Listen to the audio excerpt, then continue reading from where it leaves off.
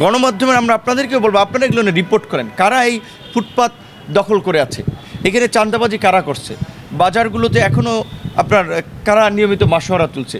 পুলিশের পক্ষে আসলে একা কিন্তু এই পরিস্থিতি আমরা যেটা মনে করি নিয়ন্ত্রণ করা সম্ভব না।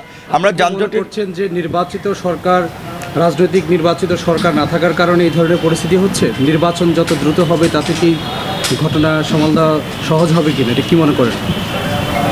এই পরিস্থিতিতে একটা নির্বাচন হয়ে গেলেও রাতারাতি সব কিছু পরিবর্তন হয়ে যাবে সেটা আশা করা দুরূহ ব্যাপার। কারণ এই যে প্রশাসনের আমরা দুর্বলতার কথা বলছি, ব্যর্থতার কথা বলছি, 16 বছরের প্রশাসনের সেট আপ ছিল এক ধরনের। শীর্ষ পদগুলোতে তো দেখা যায় স্বাভাবিকভাবে স্ক্রিনিং করে যারা তাদের একেবারেই অনুগত তাদেরকেই অ্যাপয়েন্টেড করা হয়েছে।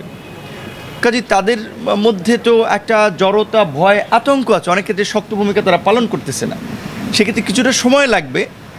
আর বিশেষ করে এখন রাজনৈতিক সরকার আসলেই রাতারাতি পরিবর্তন হয়ে যাবে এইটা আমরা মনে করি না, বরং এই সরকারের জনসমর্থন কিন্তু রাজনৈতিক সরকারের চেয়েও বেশি। বাংলাদেশের 53 বছরের ইতিহাসে কোনো সরকার এইভাবে দল মত বাম ডান নির্বিশেষে সমর্থন পায় নাই। এটা ঠিক, যদিও এই সরকার সেই সমর্থনটা ইতিবাচক কাজে ব্যবহার করতে পারছে না, কিংবা পরিস্থিতি নিয়ন্ত্রণে আনতে তারা একটু দুর্বলতার পরিচয় দিচ্ছে।